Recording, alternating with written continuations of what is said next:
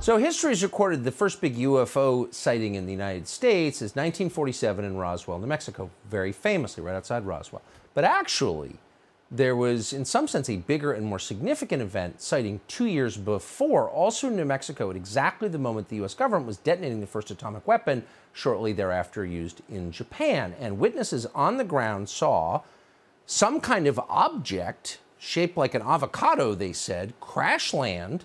It was inspected by a lot of locals. There were beings inside, they said, and it was carted away by the U.S. government. Now, people don't want to be called crazy, so no one said too much about it for quite some years, but people within the U.S. government believe it's true, and they believe it so strongly that now, as of this week, the Defense Department's annual spending bill will require, as per Congress, the Pentagon to go back and investigate what really happened.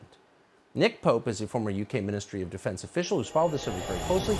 He joins us to assess. Nick, thanks so much for coming on. So this is a story that most, I think, Americans are not even aware of, but clearly people within the U.S. government believe it's real, or they wouldn't have attached this to a spending bill, correct?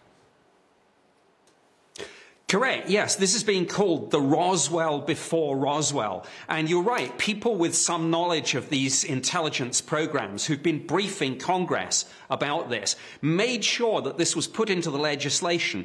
And it's one of many UFO provisions in the new defense bill. The DoD must provide Congress with a list of everything they've found out about this specific incident, but all other incidents and programs from January 1st, 1945 onwards, and anyone involved in these programs or with information about it will be released from their secrecy oaths and non-disclosure agreements, and they'll be able to testify to Congress about this. So here we have the nuclear connection again. This was around the first detonation in human history of a nuclear device. Subsequent to that, you've had UFO sightings at nuclear missile bases, around nuclear-powered aircraft carriers, nuclear-powered submarines.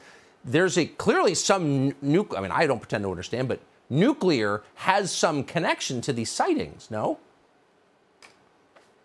That seems to be the case. And again, Congress is demanding answers on this. We had the latest report from the Office of the Director of National Intelligence last week. That highlighted the fact that there were several hundred more sightings being investigated, military sightings, than we'd heard of before. Talked about unusual flight characteristics and performance parameters of this. And yeah, we must get to the bottom of this UFO and nuclear connection.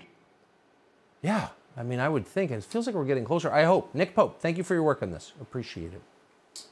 Thank you.